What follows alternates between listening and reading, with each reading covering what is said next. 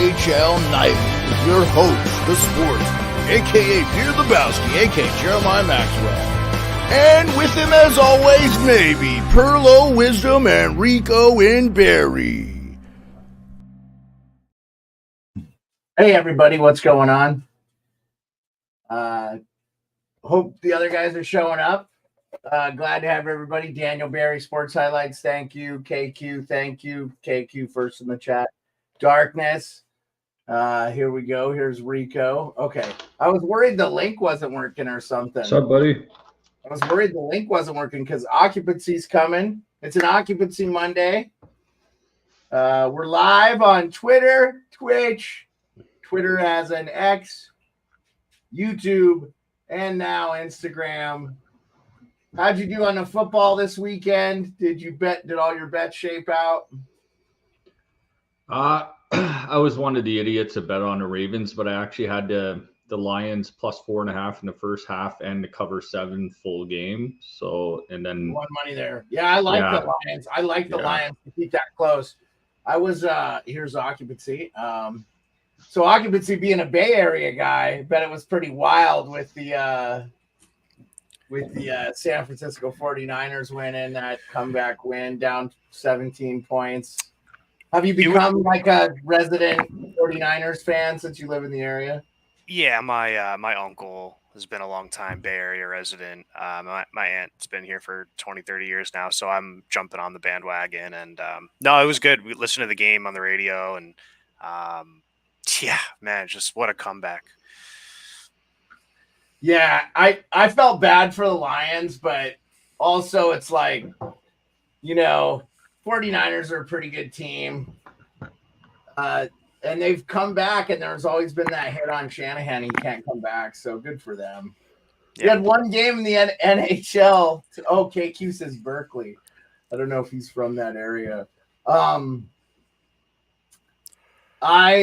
I felt bad for the Ravens because their offensive coordinator forgot how to run the football, and they could have dominated Kansas City, and I just didn't get it. But whatever. I mean, I don't understand. Like, you have one wide receiver, 2 tight ends. You should have been in that set the whole game, and you should have been running out of that like I won. And then if Zay Flowers beats his guy, great. Kansas City has the thing they have a great amount of is good DBs. And they just played right into their hands. So I was like, anyway, I do not think the 49ers will do that. And 2 more weeks with Deebo Samuel, I will be a bang, bang Niner game for just not because I hate the Chiefs. I just want somebody who hasn't won it. So anyway, Rico, by the way, you were not alone in that. A lot of people were on Baltimore. They were the best team in the NFL this year. They went into San Francisco and beat the pants off of them. Like, it just felt like Baltimore had way too many design plays, and Lamar Jackson should have just took the fucking ball and ran it more often than he was just going side to side and stuff. Like, the guy should have just took off, man. Take the game on yourself, man. Sure, your offensive coordinator is calling plays and stuff, but, man, one of your first options is you fucking running it, man. Yeah, legendary. By the way, this is NHL Nightly. I'm your host, Jeremiah Maxwell, aka the Sports Beard. With me, as always, is Rico. And it's an Occupancy Monday. Occupancy is going to be joining us on Mondays to talk bets. We had one whole game tonight. Ottawa was down 3-0. They looked like every bit of Ottawa. By the way, Rico, I buried the lead. Did you go to the Ottawa Rangers game where Ottawa's up 3-0 and the Rangers scored 7? I didn't go to that one. I saw a bunch of Ranger fans at the hotel. I was just shooting the shit with them before the game, but we ended up going to watch at a bar instead. I went and watched a Boston game on Thursday night. And we talked about that. That was a good game too. But yeah, I didn't go to the Rangers one. It was such a pain in the ass getting out of that rink in Canada. I'm like, I'm not doing this again, and I'm not doing it on a Saturday night either. It cost me $65 in an Uber to get like 20 minutes up the road. It's like fucking bullshit getting out of that place. Getting to the game was perfectly fine, but getting out there, everybody's running out of that rink into a scattered parking lot, and it's out of city. Like, oh man, such a dude. They just have to move that downtown where you can take transit. Everybody I've heard from Ottawa says if it's in the downtown area, it's just a great thing.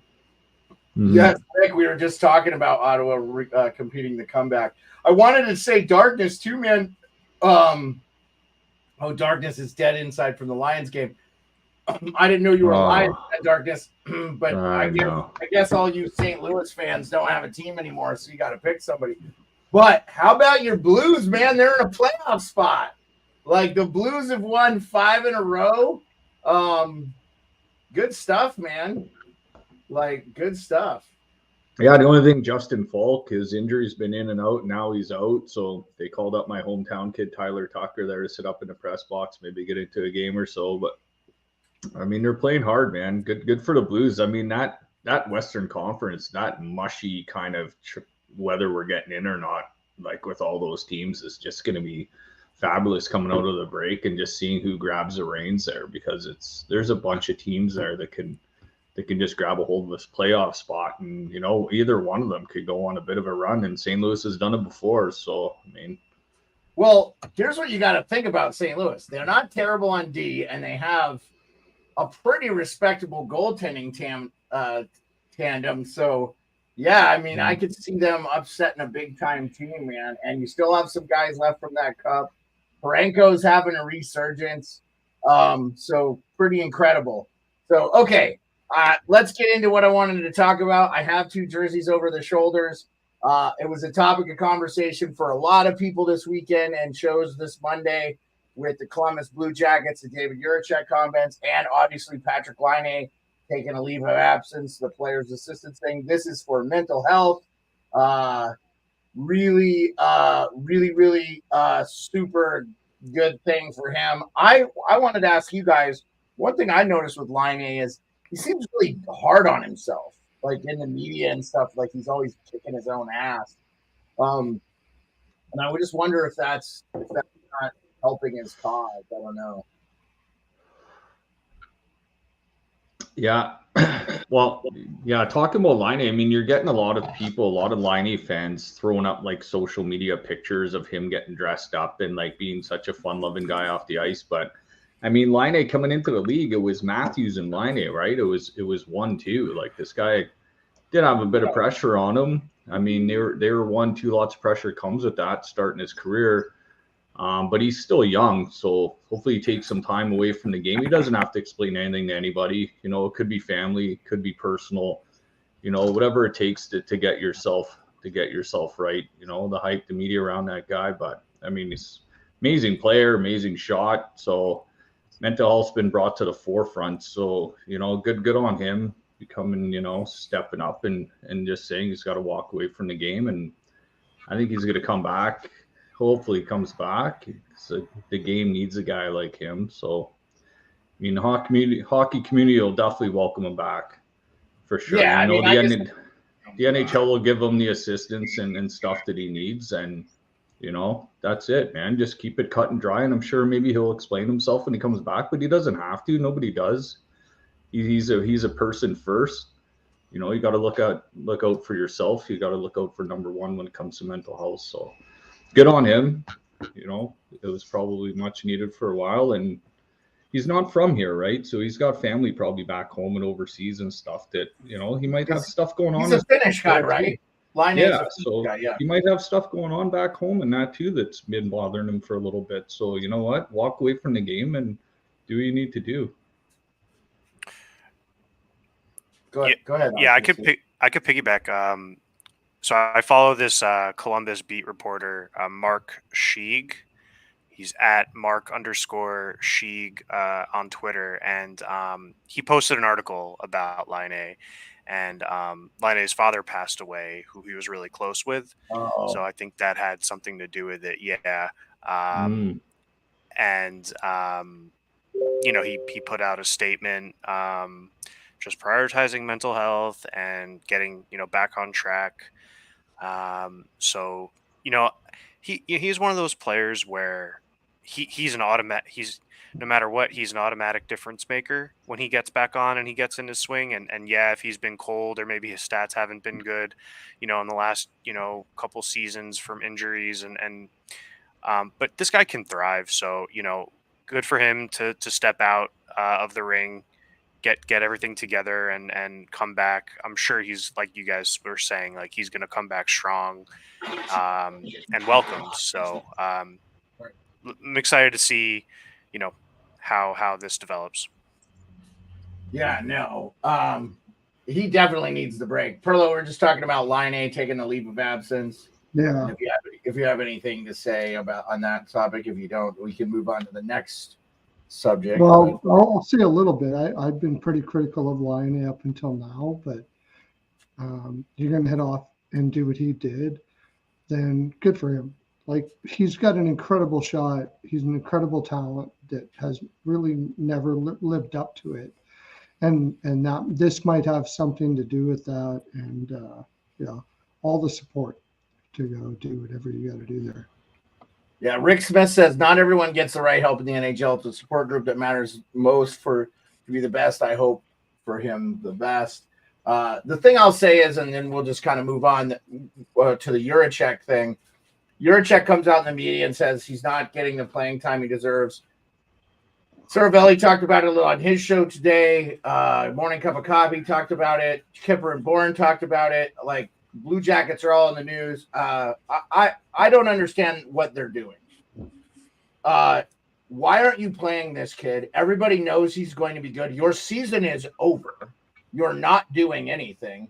This guy, by all the hockey metrics, is the third best defenseman you have right now, and you're not playing him. You told him to buy a place. He buys a place, and then you send him to the AHL. Like, that's a real douchebag move by the team. I get, these young players are entitled. Nemec is playing, and the kid Korchinski is playing. Now, granted, Korchinski and Nemec are both playing because both the Devils and the Blackhawks have nobody. So he's got to play. Korchinski's got to play. But they've already burned 10 games for this guy, and Juracek. So it's not like if the plan was just to play him in the AHL, play him in the AHL the whole year. Like, you're screwing this kid over. I mean, look, he's got an agent that's not afraid to call people out, either Ian Walsh. I'm sorry, Alan Walsh. I said Ian Walsh. I meant Alan Walsh. Alan Walsh noted Marc-Andre Fleury and some other David Perron, some high profile. But Alan Walsh will call a spade in the thing. And I just think, like, what's your development plan? Why are you playing Andrew Peeke and Jake Bean over this kid when you're probably going to move on from those players? Rico, what are your thoughts? Sorry, buddy. I had my mind on something else. Oh, you're okay. Yeah. Go past me. Pass me on this. Go ahead, Occupancy. Since you read you read his article, I always think of Aaron Portzline and the other cat, but I've dropped that writer's name in the chat, and I'll put it up for people to follow. Yeah, I mean, I don't follow this team as closely, but just as a general comment on player development and why did Columbus bring over Voronkov if they had this kid, ready to go in the training program, and then they go out and get a KHLer? What position is Juracek? He's a defense. Okay. So that's all. But even with all those injuries too, you had Werenski out for a while, and good Branson with the suspension earlier. I mean, Juracek could have saw some games. So I don't know. I don't know what's going on in that office. But I understand why the fans are upset. Yeah, Darkness says if Columbus ain't going to play Juracek, trade him. I mean, they would be idiots to trade this kid. By all stretches, he's going to be a number one for a very long time in the NHL. And I heard his brother is going to be even better. So we'll see. And Rick says, yep, you can ruin him. Look what happened to Soup. I'm assuming he's talking to Jack Campbell. Flames doing this with Dustin Wolf. Well, KQ, at least the Flames are playing Dustin Wolf in the AHL for most of the year, right? And they're going to move on from Markstrom or Vladar this year. So I don't feel like the Flames felt like they had to rush Wolf. So, I know he's played a couple of games this year, but he hasn't done his 10-game stint. I'll have to look into that. I don't think so. No, I think he's under 10. So what I think about this is an organization that has a bad roster. Juracek shouldn't be making your lineup this year, but he did. They had nobody to even come close to go against what Juracek was bringing because he's so good. And if you were in a normal, like really good roster, like even average, Juracek doesn't make the roster this year. So Well, they had. But Pearlo, here's the problem. He's been on the roster. They've scratched him for 36 games. Like, what? You're just hurting this kid's development by not playing him. Either have him in the AHL or have him play. And who gives a fuck? Like, you're an Edmonton guy. Why didn't you have him in the lineup against Connor McDavid? Who cares if he gets scorched? Then this kid gets a chance to play against the best now, and he learns. It's stupid what they're doing. Can I tell you why? Because he's going to go back home. He was going. If you were to send him down, he was going back home. He's been down. He's played for Cleveland. He's going home. He's going back to Europe. So that was the problem. I think you're misinformed because he's actually been sent down to the AHL and he's played games. Yeah, I know, but if you're going to send him down for a long time, he's going to go back home. He's had that leverage all the way, and they don't want to lose him back home, so they're trying to balance it out. And unfortunately, their lineup is so bad, they got to balance it to try to keep him from going back home again. You don't want him to go back to Europe. I think they would almost do it better than what they're doing with him now. And I would say this. I agree. I would say this. Why aren't you playing him? By reportable metrics, he's their third best defenseman this year, so he's not even played bad. Yeah. No, he hasn't played bad, but for his age, he shouldn't be in the NHL. Yeah, he's 19. We agree. We're in this golden age of defensemen where they rush guys. He shouldn't be playing in the NHL right now. Simple as that. And the problem is your defense is so bad that he's better than pretty much everybody. And his agent knows it, and he knows it. So he's like, play me, because he doesn't know that it's better for him to go somewhere else. And it's going to hurt him, his feelings, for you to move him on somewhere else. But really, that's what needs to happen. It's a terrible situation in Columbus. Terrible situation. That's what I say there. Yeah, no. And you should let him go back to Europe and just forget about him until he wants to come back. That's what they should do. Yeah, Rick Smith agrees with you. And then KQ is we'll get into that a little bit later in the show. Real quick injury note: I saw Jack Quinn's out 8 to 10 weeks for Buffalo Sabres. That's a big loss for them. I know he's been struggling with health. They're going to have to move some of those players and figure out what they need in that lineup because, I mean, it's like Ottawa. I don't understand why they didn't take a step. Their big thing is they're not scoring on the power play.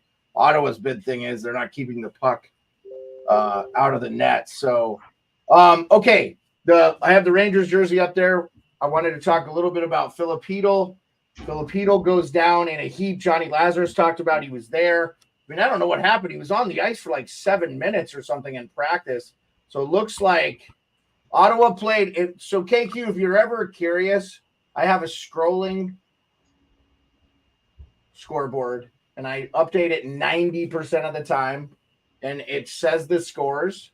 And so it'll tell you they played Nashville. Nashville was up 3-0 in the first, and good on Ottawa.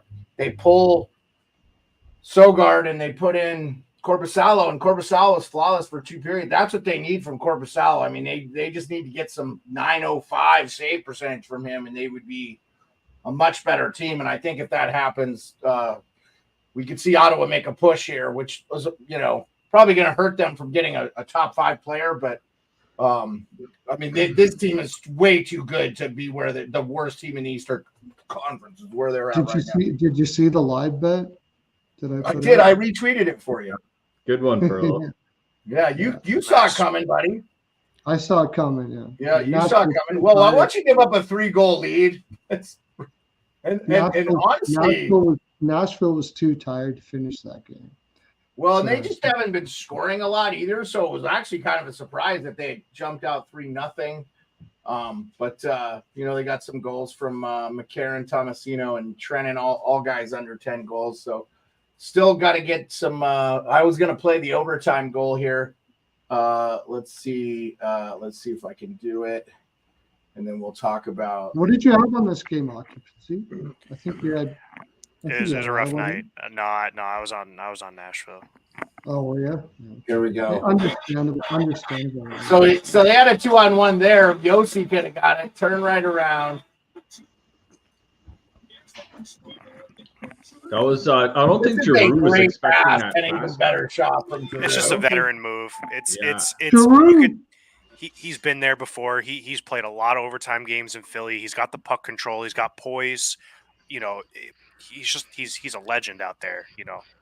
Could we cross our fingers as Giroux ends up back in Philly again? Could we just cross our fingers on that? That'd be freaking beautiful.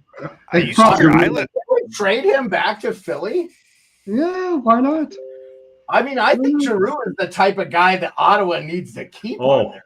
I agree. Totally. 100%, dude. When I was at that Boston game and I was right in the corner and I saw Giroux facing off against Zaka, man. Like Giroux was talking to the linesman before the faceoff even started. He was making sure everything was on point. He was just so focused. And like I told Pearlo before, man, if they didn't hand Brady Tkachuk the captaincy so early, it would have been just Giroux kind of grooming him into that team a little bit. But like just a solid guy on the ice, professional, never gets up, never gets down, but he's always talking to the refs. Like just getting in their head a little bit during the game. And you don't want to see him leave Ottawa or that team's going to just fall apart even more. I agree. This guy's a legend. Unbelievable. Doesn't get enough credit for how good it is. Oh, yeah. I mean, it's unfortunate he didn't win a Stanley Cup. He was right there in 2010. And he has one of my favorite plays of all time where he fucking destroys Sidney Crosby in a check, turns around and scores a goal like 10 seconds later. It's literally one of my favorite highlights of all time. I fucking love it. I'm a huge Claude Giroux fan. What if he played for Pittsburgh? Would you still love him? I mean, I probably wouldn't like him as much, but I would have a lot of respect for him. Honestly, man, the guy, I put him up there as one of the better defensive, very good scorer, really good on the two-way side. I mean, it's criminal that he doesn't have a Selke. It's criminal. The problem is he came in the era of the best defensive forward. Yeah, Bergeron. Between Kopitar and I think he's everybody. Patrice Bergeron, it's a miracle anybody ever. I think he's everybody as good as Kopitar, but he was on the wrong team. That's the problem. But that's my personal opinion. I think he was there. Yeah. Anyway, he's a Hall of Famer. Okay. I wanted to for sure though. Giroux's a Hall of Famer for sure, right? We'll see. Yeah. I don't. He doesn't have better numbers than Jeremy Roenick, and Jeremy's not in this Hall of Fame, so we'll see. I don't disagree with you. He was born in the right country to make it, so we'll see. If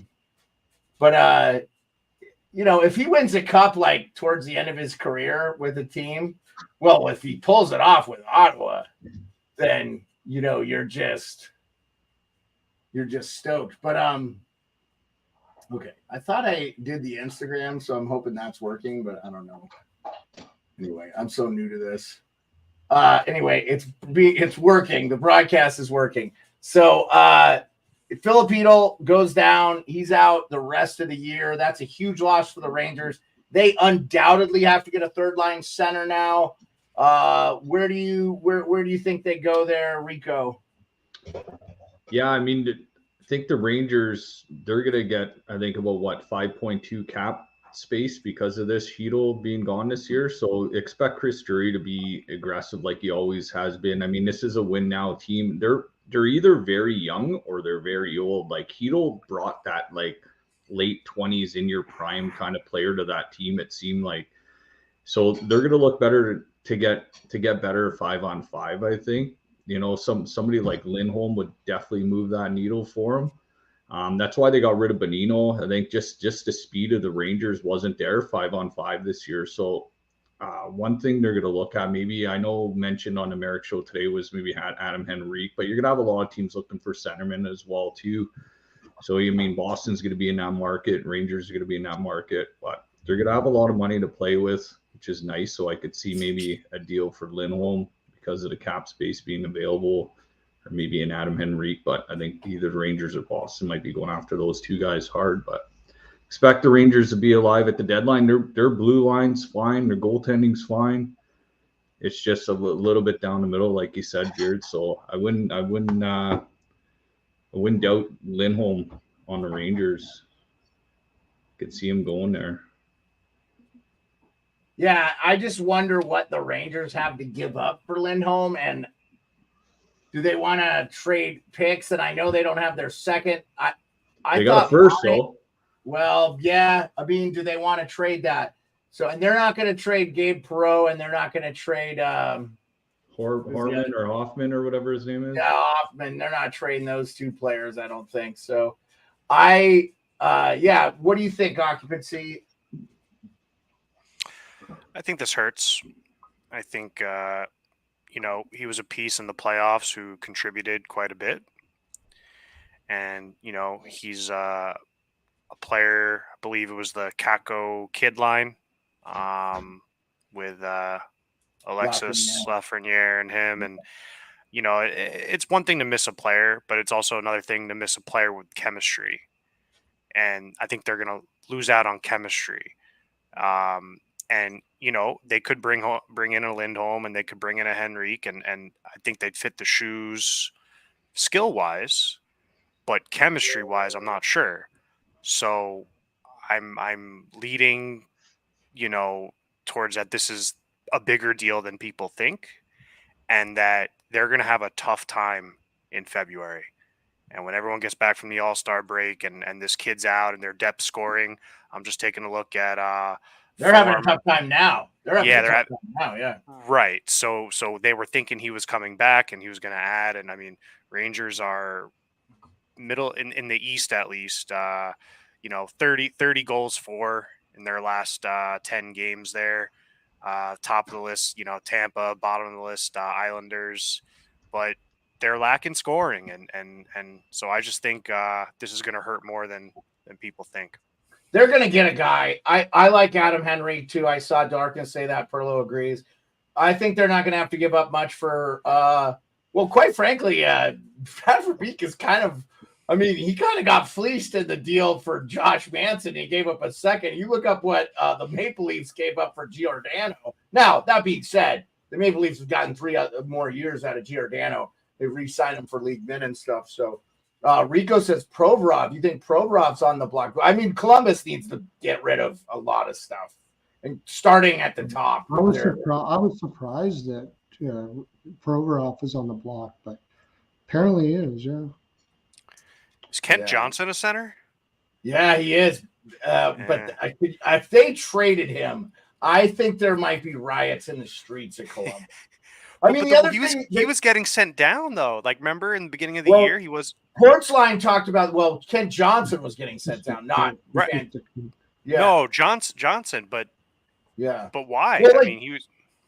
Dude, what are they doing? They're playing Fantilli against Edmonton at left wing. Like, let him play center. Let him see what the NHL looks like. I do not understand this whatsoever. The Columbus Blue Jackets, I guarantee the 4 of us could do a better job than what the Columbus Blue Jackets are doing right now. As a little, we could run that franchise better than they're being run right now. It's brutal, man. I do not understand what they're doing. And then, I thought they would be more competitive because some of the veteran D, Severson, and they signed Gabranson a couple years ago. But, those are not great deals. I don't think they're terribly long. But still, it's Well, Fantilli got his legs sliced open, so he's not even going to play the next game against the Kraken, I guess. So they'll be. I saw that. It was weird. Yeah. Hopefully he's okay. I saw that. Hopefully he's okay there. Yeah. I just don't get. Yeah. Did you have anything you wanted to talk about the Rangers and Chytil? You kind of said Henrique in the chat and everything. So I feel like I actually think that Henrique was more likely to go to Boston. I think Monahan is more likely to go to the Rangers. Just on it just seems more likely to me that Monahan would go to the Rangers and Henrique would go to Boston. That's true. That you think Jeff Gorton wants to trade with the Rangers? I just wonder. That's the hard part. Oh, That's the yeah. hard part. It's the Yeah, whole. Yeah, that's the whole. That's the tough part. But if he could get decent value, I think he would do it. I don't think he's going to be that butthurt about whatever happened there. To tell you the honest truth. I mean, he ended up landing in a pretty good spot. So Saravelli thinks he's too worried about what the Rangers think right now. Yeah, so Frank Saravelli reported last week. He wrote a tweet. He said that Montreal Canadiens are going to get 2 first-round picks for Sean Monahan. Now, that being said, they've already gotten 1 first-round pick from Calgary. When they took him from Calgary, Calgary gave them a first round to take that contract. So they've already gotten 1 first-round pick, people. Okay. So he thinks they'll get a first-round pick at the trade deadline. I'll tell you right now, I think the teams that trade early are going to be the ones that really do themselves some favors. Because we already know Edmonton, they don't have any cap space. They're going to have to move out major deals. Nobody's taking Jack Campbell. And from what I've heard, Jack Campbell's been playing well in the AHL. So they may want Jack Campbell as a backup to Skinner. Because Skinner's playing so well right now, I would not want to mess that up. They added Corey Perry. I don't really know where they can add anywhere else. They're up against the cap. They're going to have to move significant pieces out to add something, which why would you do it now if you're on a 16-game heater? They're going to break that record probably. And, I mean, they only got 1 more game to go, and they're going to tie Pittsburgh. So, and I don't know what dumpster fire team they're playing next, but I'm sure it's probably Columbus. I was laughing today when John Dwayne was showing all these highlights against Columbus, Nashville, it's Vegas. It's Vegas. Is it Vegas? Okay. Yeah. Well, but Vegas isn't Vegas. Vegas isn't Vegas. Oh, yeah, you're just making an excuse, dude. If they beat Vegas, they're doing well. Stop it. But Vegas isn't Vegas right now, Pearlo. They're missing Eichel. They're missing Theodore. I mean, come on. I don't care. It's the best team they played in a long time. Vegas went on a run on the road. Yeah, they've beaten 3 top 10 teams in this win streak, and everybody else has been below. Yeah. So if they lose to Vegas, Edmonton is ass. Well, we know secretly deep down, Beard would love Edmonton, Pittsburgh in the final. That's what he would make the playoff. I mean, but that would be your dream matchup, wouldn't it, Beard? Well, I mean, it wouldn't matter. All the McJesus fans would get upset when Crosby gets every call. So it's just going to be awful for them when Pittsburgh wins. I'll tell you right now, if Pittsburgh made the finals, I don't know what I would do, but it's not happening. There'd have to be another Taylor Swift in the press box for that to happen. They have the 31st ranked power play in the NHL. Okay. It's unbelievable to me with the talent they have on that team. So we're not going to see Phil Kessel get picked up, KQ. I don't think he's going to get signed. Oh, there was a signing we didn't talk about. Zach Parise with the Colorado Avalanche. He played pretty well for the Islanders. Not a bad player. Why not? Huh? Yeah, and just a nice little depth piece for Colorado, who hopefully they get Nichushkin back. I think that so the guy that you said for Boston and Henrique, I can see that making sense. The problem is, I think the guy that would be perfect for Boston is Elias Lindholm. I don't think they can get them. Well, I agree. Maybe. I don't know. The team that waits the longest is going to be in trouble. Boston is playing some unbelievable hockey right now, too, man. They look really, really good. I mean, right now, it's them in Florida. It's a shame they're both in the Atlantic because they'll end up playing each other, So, dude, put Zach Parise, Ryan Johansson, and Jonathan Drouin on a line together and just there you go. And they call it the rejection line. The all shit team. The all shit line. No, I wouldn't even call it rejection. It's just well, and then Kipper talked a couple weeks ago, and he hasn't said it again, but maybe some noise that Kadri doesn't want to be a part of a rebuild. there's a really good center with pretty. Kadri should have thought about that with his agent before he signed a contract that's untradeable. Well, I think he should have stayed with Colorado too, Pearlo. 100% with you. Yeah. He's stuck. He's setting up shop. Yeah. He's setting up shop in Calgary forever. That's it. Notorious TBG says the Black Sox are getting the number one. I beg to differ. There's actually a worse team than the Blackhawks. It's called the San Jose Sharks. Either one of them could be, yeah. I'll tell you right now, if Chicago gets 2 firsts in a row, I thought the NHL made that almost impossible with the new draft format. No, So it's not impossible. I mean, yeah, I really would not. I would not be happy to see him go to Chicago. The problem in this draft is the top 3 are not too far away from each other. Yeah. So, see, Beard doesn't hate the Oilers. He just hates the draft. Yeah. Well, I mean, just, they got like 5 number 1 picks in like the last 15 years. I have a picture of a game I went to in Arizona, and Ryan Whitney's there. I got a picture of Ryan Whitney on the back getting off the thing, but it's Yakupov, Taylor Hall, Ryan Nugent-Hopkins, and it's like Jordan Eberle. And they won that game, Jordan Eberle, and they won that game Justin in Schultz. overtime. Who scored the goal? Nail Yakupov. Pretty crazy, huh? Yeah. Probably didn't score too many after that. They completely mismanaged all of those picks. They could have done much better than they did. Anyways, Well, I don't even. Yeah.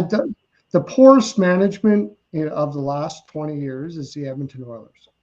No doubt about it. The poorest management of the last 20 years. You think a lot of that, though, I feel like that has to do with their owner. Another reason I'm not a big fan. Oh, yeah, absolutely. Totally the owner. No doubt about it. But it doesn't matter. That's the poorest management of the last 20 years. Yeah. There's no way you're taking Yakupov in the first overall there. No way. No, I don't even. I could write a book. Pearlo loses sleep over this. Yeah, let's talk about tomorrow's games because we have a whole 2 of them, and then we'll wrap up the show. It'll be a little early one. We only are doing 3 episodes this week because the All-Star break. So tomorrow and Wednesday, and then we'll be back Monday. Tomorrow's first game is the Blue Jackets, as appropriately we were talking, at St. Louis. I was the only one on the panel last week that liked the Blues against the Kraken, and they won that game. Eat it. I like the Blues. No, don't eat it. What did I pick, Rico?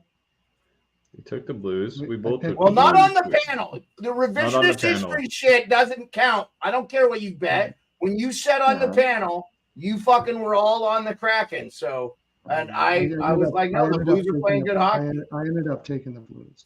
But anyways. Well, you must have listened to me then because I was the only one on them. Probably. That's it. It was because of you, Beard. That's the reason why I took that choice. It's plus 142 Blue Jackets at St. Louis. I like this. I like the Blues in this. They're 5 in a row, playing some good hockey. I'll tell you the over/under. Go ahead, Pearlo. You go first, man, because you kind of. I take Blues minus 1.5. Blues team total over. Blues everything. The Blue Jackets already have their girlfriends lined up for whatever they're going to do. It's over/under 6.5 for the Blue Jackets Blues game. I don't know if the Blue Jackets will score enough, but the Blues will ruin the Blue Jackets here, like ruin them. Yeah, the way they're playing right now, it won't be pretty. Go ahead, Rico.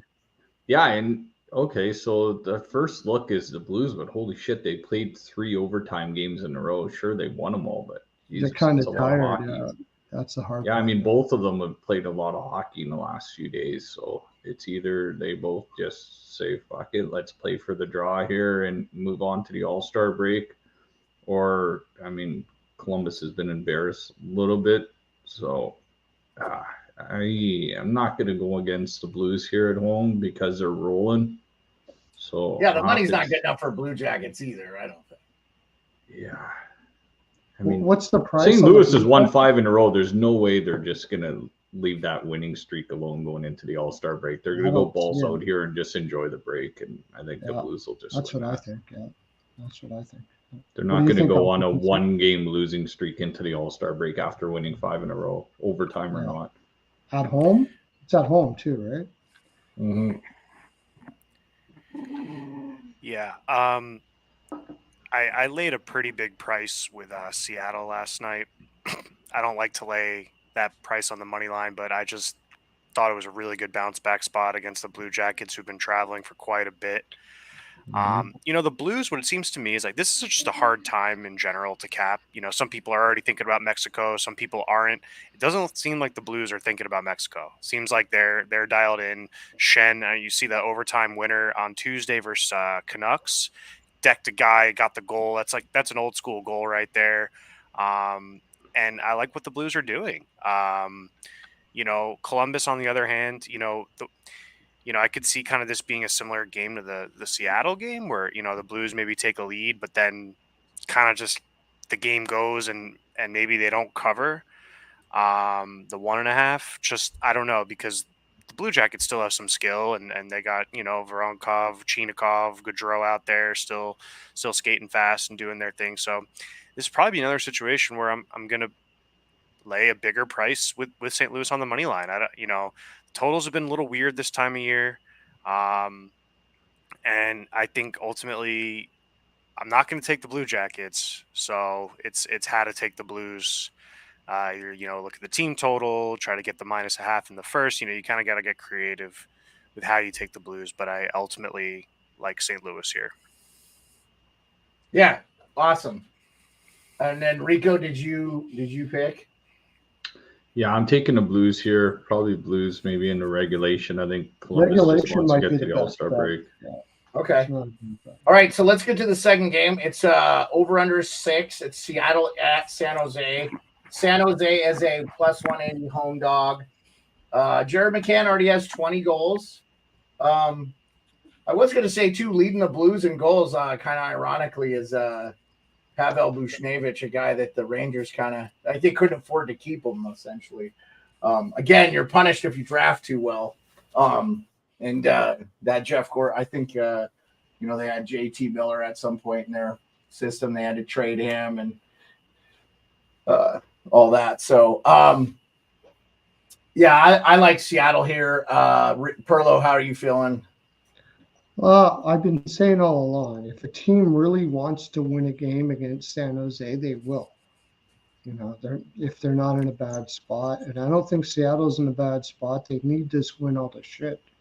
So I would say that Seattle will win this game. But the thing is, this is the last game for San Jose, and they've been playing with a lot of heart. They haven't been giving anything up to anyone. They may not have the talent, but I don't think it's going to be easy. I don't really like the price on Seattle, but I think this is going to be a tougher than a lot of people think. I like Seattle to win, but I don't know if I can put a bet on this. Like I think I'm priced out on this game. No, I hear you there with San Jose. The thing with San Jose is they're playing the Kraken at home, and then the next night they're going to Anaheim. So they got like bang right before the All-Star break. So they don't have a ton of guys going to the All-Star game anyway. But I think with Blackwood probably starting the net in the front of the back-to-back here, I think San Jose might put up a pretty good effort. So they're feeling somewhat okay going into the All-Star break at home, and then just shit in the bed, and I'll take Anaheim the next night.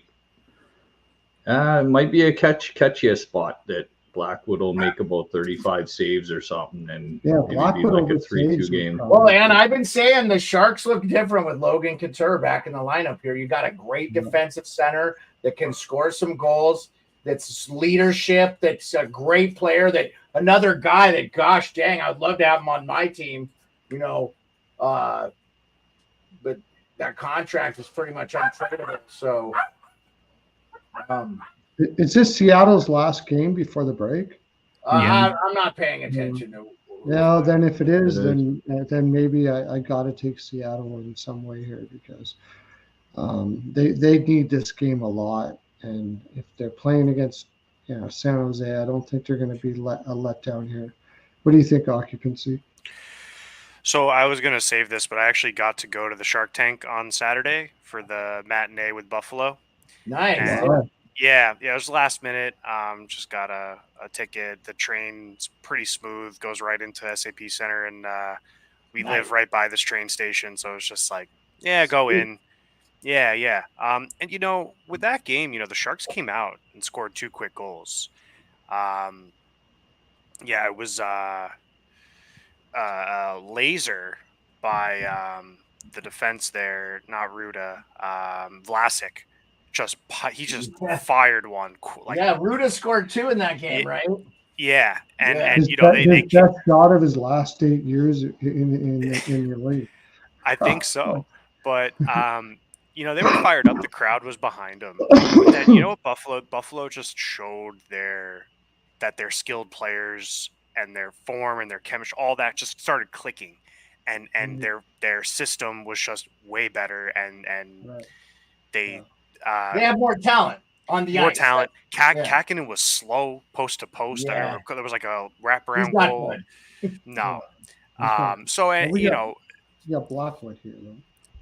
Yeah, so Blackwood tomorrow. I mean, for this game again, I don't know if I want to lay minus 200 before, but San Jose could score a goal early, and then you can live bet Seattle. That could be a script for it. Could But you ultimately, see an over? Could you see an over 1.5 here? What's the total? I think maybe 6. I think 6 would is be the a over. good- Yeah, I think 6 the over 1.5 might be a good play here. What do you think, Doc? over 1.5 in the first period. Yeah, Yeah, because I guess Seattle could come out and either let up a 1 or 2 or do what they did to Columbus and not waste any time and they got a 3-0 lead Sunday night. So I'm even seeing some 5.5s on the full board. If that's the case, I'd have to lean I'd over. go over that. Yeah, Yeah, I take 5.5. Yeah, but Yeah, that'd be a funner bet, I think. Yeah. So I mean, it's an important game for Seattle, right? Because the Western, playoffs and they're creeping back up the standings. So kind of, they're 2 points out of a wild card right now. Yeah. Yeah. With 49 games played. Yeah. The regulation wins is what they need, right? Yeah, they need to get points in a hurry. And with St. Louis surging, so right now, per the thing, your Western Conference 2 wildcard teams, believe it or not, are the LA Kings, who are 2-5-3 in their last 10. The St. Louis Blues 6-3-1, won 5 straight, and then right there tied is Nashville, and then Seattle's 2 points behind LA, St. Louis, and Nashville, who are all at 54 points. So you just don't want to finish second or third in the Central, man. You want to win that division because Dallas, Colorado, and Winnipeg. There's two of those teams are going to have to play each other, and it's going to be a nightmare in the first round. Yeah, I mean, and they're all really close to each other. I think Vancouver's going to run away with the Pacific. I know Edmonton is surging, and the likelihood of them catching the Vegas is likely just because Vegas has got so many injuries. But you know what? That's going to be the first round matchup is Vegas and Edmonton, which is going to be awesome. I think most of those Vegas injuries wouldn't be injuries if they were in a worse position.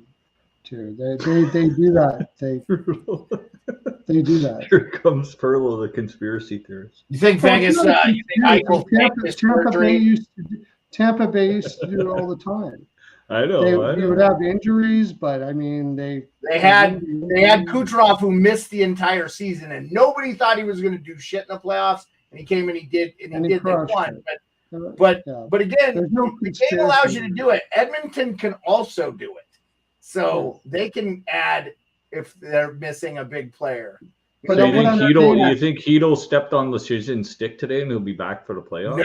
No, that's a different thing. Based on what Johnny Lazarus said on his show Morning Cup of Hockey with Colby Cohen, he was there at the practice. He said it was not good. And when they were bringing him off, he actually thought it was a problem with his leg. He thinks he may have actually hurt his leg when he fell, but he had concussion problems. So, no, I do not think. They've already said they're shutting him down for the rest of the year. And they didn't say, he may be back for playoffs.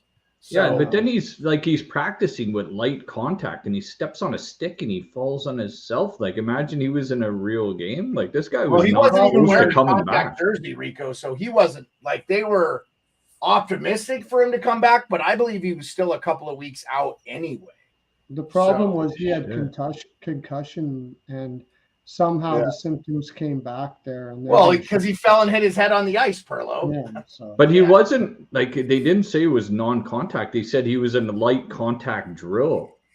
Yeah. No. Johnny Lazarus said he was wearing a non-contact jersey. He fell.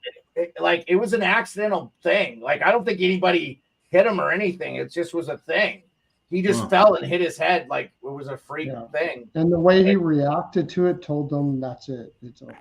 Well, yeah, I think they had him evaluated, and they're like, yeah, he can't go. So, all right, let's go to final thoughts. I'll finish with the final thoughts. So Pearlo, go ahead. Like, you're going to, you want me to start with final thoughts? Yeah. Okay, well, we'll go into the big news here. Or some of the big news, what's going on with Ottawa. Is there a more uncomfortable place to be, but in Ottawa right now? Like, what direction could they possibly go here from where they thought they were going to be to where they are right now? Like, you fired a coach, you got Martin. You can't really go backwards. You can't sell everything off. You can't, there's not much to even, like, where does Ottawa, I'm saying this because I don't even know. Where does Ottawa go from here? I really don't know. I've heard things about moving Chytil, but why move Chytil? He's only a 27-year-old defenseman. There is something deeply wrong with that organization, and I don't know what it is, but I don't think I'm making any drastic moves here before the deadline or anything. You got to figure. I got to figure stuff out. I don't know. You guys can tell me. I don't know what to do in Ottawa right now. That's my final thought. Is like, I've thought about what they could do, and every avenue tells me I don't know. Well, Pearlo, they're either going to trade Chytil or Chabot. They're not trading Sanderson. And they're not going to keep 3 left-hand D that are going to all be paid $8 million. It just makes no sense. So you have to trade either Chytil or Chabot. And I think everybody would agree Chytil's easier. If it was me, I would not trade Chabot. I would trade Chabot before Chytil myself, but it doesn't matter. But like, that goes to tell you where the organization is. They gave up a lot for Chytil, and they're going to trade him on pen. Well, so Pearlo, virtually nothing. Pearlo, the previous regime gave up a lot for Chytil because Dorian's no longer there.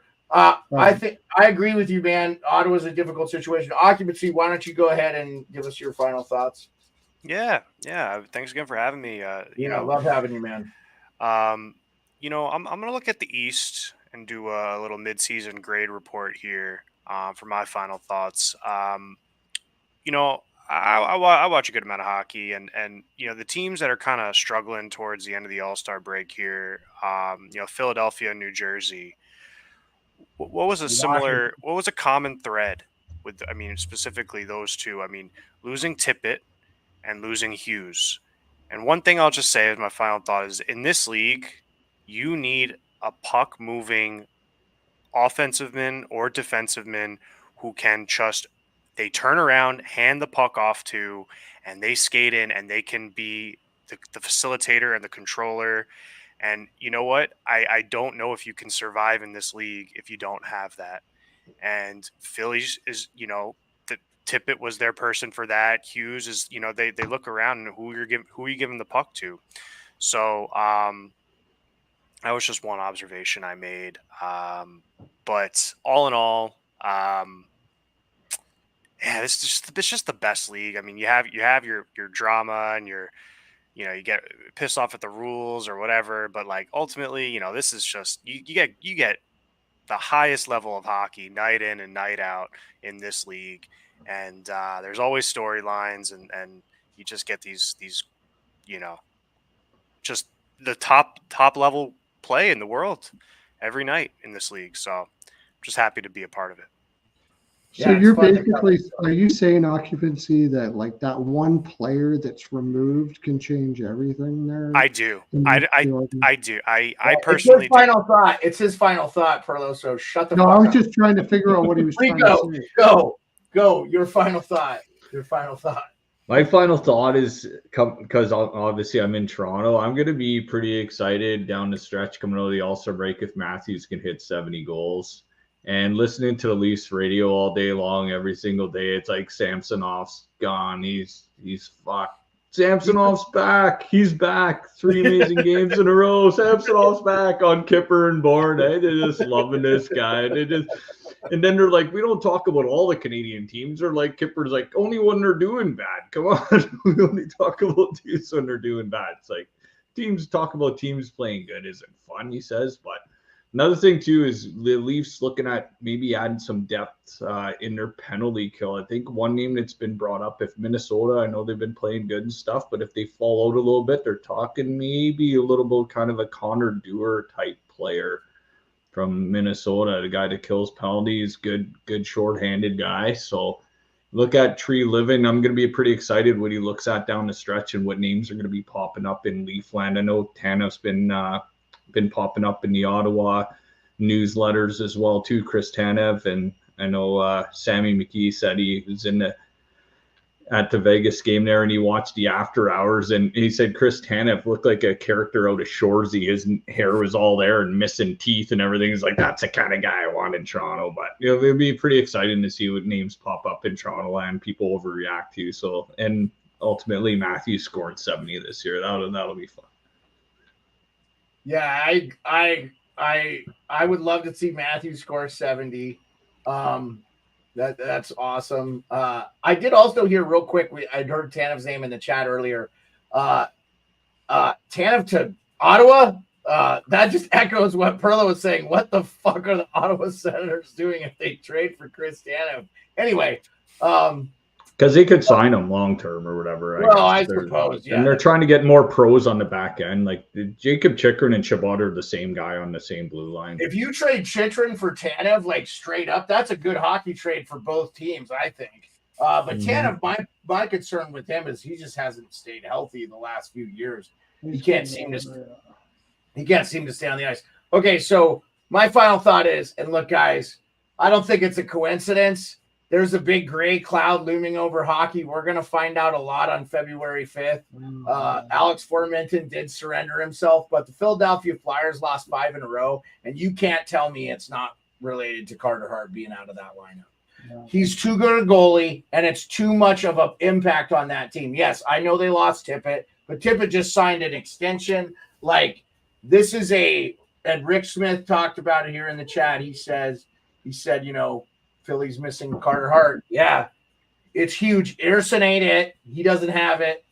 Carter Hart I've heard his name as the starter for Canada. That's how highly he's been thought of. I know he hasn't played to that level. And that shit is week to week with the Canadian radio, which I listen to a lot of that anyway, because now I'm hearing Skinner's name. He's going to be Team Canada's goalie. I'm like, wow, guy had 2 good months. Let's see.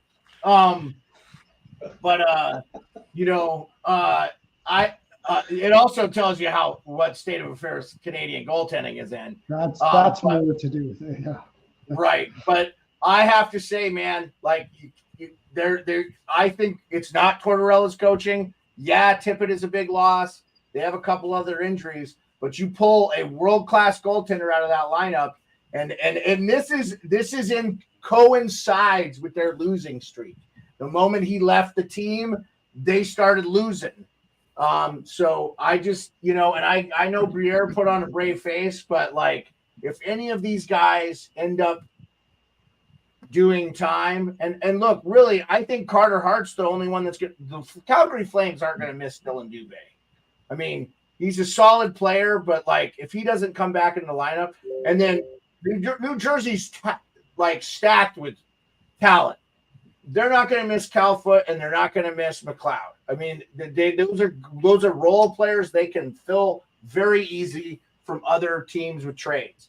So it's really sucky because I feel like that's a technical term, sucky. But the Flyers have been one of my favorite stories because they've just played out of their minds so well, and it's been tough to watch them the last 5 games and not put anything together. I know Pearlo is a big fan, and he's been watching them too. So, I just think we're gonna find out a lot more after the All-Star break. Rick says 8. Yeah, Rick, we don't know, man. I've heard 6, but we're just gonna have to wait till the 5th because I don't even want to say any other players' names. We know Carter Hart is one of them because it's just, quite frankly, it's obvious. But it's like, again, innocent till proven guilty. This is a bad situation, so we'll see what happens. It's a pretty big cloud for hockey, and honestly, outside of the Chicago Blackhawks scandal of a couple years ago, I can't think of a worse scandal. But I don't know if you heard, and this is my one final thing. Former Nashville centerman Mike Ribeiro charged with 3 counts of sexual assault. So that's bad news. I don't know. Really? Yeah. Graphic details. Yeah, does not look good, man. Mike Ribeiro might be doing some jail time. So anyway, really appreciate everybody coming out tonight. We had a great show. 1 full hour, lots of people in the chat, super lot of interactions. It's an Occupancy Monday. Thank you so much, Occupancy. Always bring your hockey stories when you go see a game. I feel like Rico and I talk about this, Pearlo, too. You see so much more when you're at the game than you do on TV. So super appreciate you guys. Rick Smith, all the diehards, KQ Darkness, Andrew. KQ was in the chat before we started. So really appreciate you guys. We'll have Tim York on again. We'll have plenty of guests. I'm working on some things. I've got some irons in the fire. Probably after my vacation. So, all right, everybody. Thanks so much. We'll see you tomorrow, same time.